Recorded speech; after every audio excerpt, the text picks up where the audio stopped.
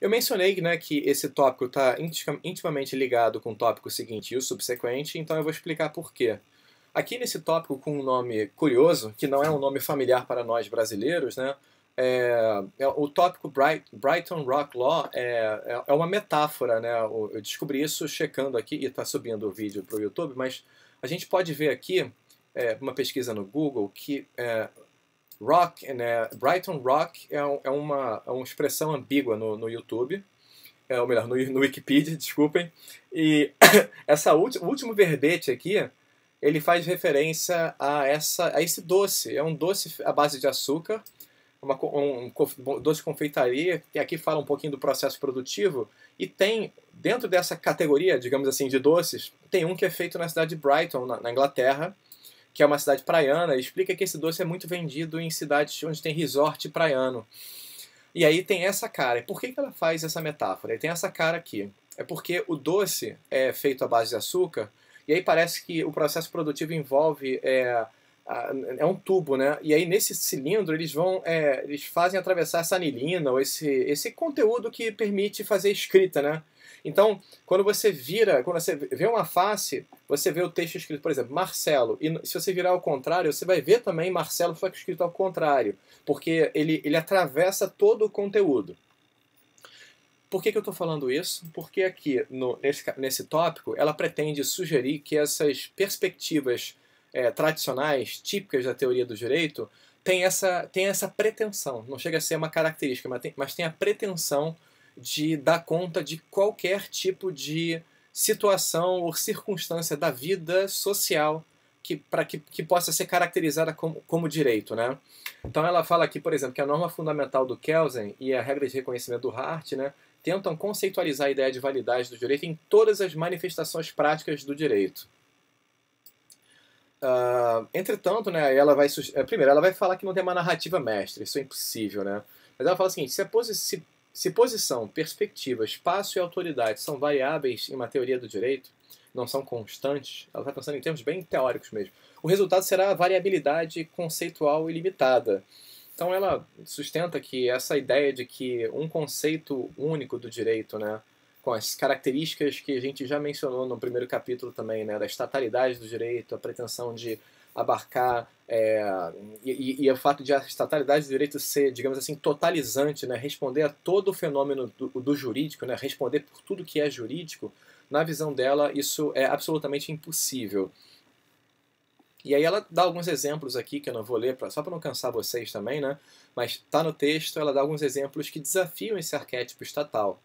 E isso se conecta, voltando, né? Se conecta aqui com uma consequência, uma derivação, digamos, dessas duas características, né? O caráter essencialista, ou pelo menos geralmente o tipo de resposta dada por teóricos e teóricos da tradição analítica, né, que são apegados à tradição estatal, pode ser enquadrada como essencialista. Embora eu não tenha certeza se essa é uma caracterização adequada da perspectiva analítica que eu conheço. Geralmente é muito admite a contingência, sabe que o fenômeno, que o conceito de direito é uma definição geralmente estipulativa ou teórica ou com pretensões utilitárias, digamos, entende? Eu estou querendo sinalizar o seguinte, que eu não tenho certeza se sugerir que a tradição contra a qual ela desafia, contra quem ela faz a interlocução, é exatamente essencialista, mas suponha que seja, né? Uma derivação conjuntamente com a ideia de que tem a pretensão totalizante, como está naquela metáfora desse doce, né, desse doce de açúcar, seria a exclusão, né, exclusões históricas e culturais, né, que na medida em que você define, né, e também tem muito a ver com o aspecto geográfico que ela aborda no tópico seguinte, né, então se você define o jurídico em termos de o jurídico estatal e nada mais é jurídico, né, então você automaticamente exclui certas formas de vida, certas formas de solucionar conflitos, por exemplo, certas formas de regulação, de ordenação social, que no final das contas a definição do conceito do direito pretende é justamente diferenciar, no universo do normativo, no universo do deôntico, é diferenciar aquilo que é etiqueta, normas de ordenação religiosa, por exemplo, princípios morais e aquilo que é, digamos assim, apoiado pelo monopólio da força estatal. E vejam que até a minha própria caracterização agora está inteiramente conectada com o direito estatal. Realmente, acho que essa é uma questão interessante que ela faz emergir constantemente no texto dela. Uma outra exclusão interessante que ela sugere é o problema da perspectiva do insider, né, de quem é de dentro, né?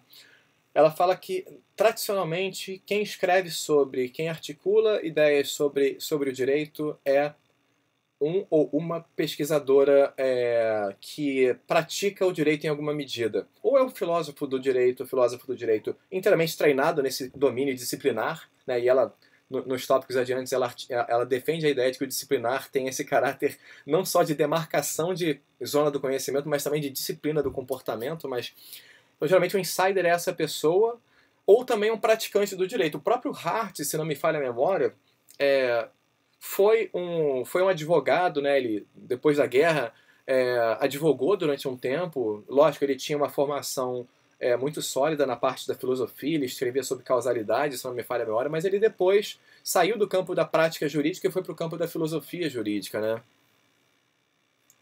Bom, então esses três tópicos se conectam de maneira muito intensa, né? Como eu falei no início, né, dessa sequência, né, desse capítulo, tem a pretensão dela de aprofundar, né, o ataque, digamos, né, o contraste da perspectiva crítica, que pretende ser mais aberta, mais polifônica, mais democrática, com a perspectiva que ainda é a predominante, que é a perspectiva analítica estatal.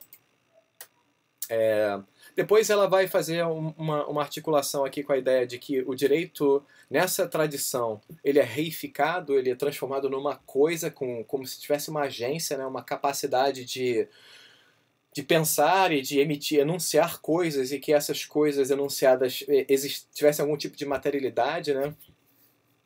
E ela faz uma comparação interessante com religião, para sugerir que o direito e o sujeito de direito, né, seriam como pequenos deuses, digamos. Eu não me lembro exatamente qual é a expressão que ela usa, mas é para sinalizar que se confere agência a essas unidades, quando na verdade essas unidades por si só, né, sem a interação com outros seres humanos e talvez com outras, né, entidades não humanas, não fazem sentido, né, na perspectiva dela. Dentro ainda desse tópico, ela vai começar a sinalizar uma crítica à organização sistemática do direito. O fato do direito ser coisificado de uma certa forma, me parece ser, no argumento dela, talvez uma pré-condição para que ele possa ser sistematizado.